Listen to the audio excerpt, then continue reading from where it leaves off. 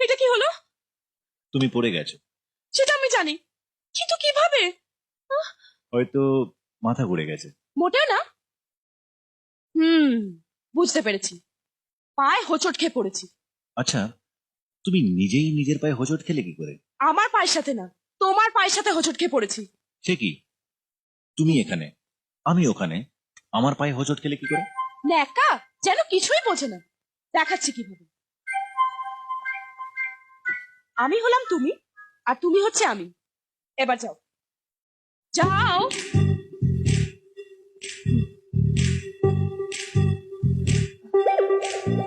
এসো। আরে, ওদিক থেকে কোথায় যাচ্ছ? বলেন এদিক থেকে এসো। যাও, আবার যাও।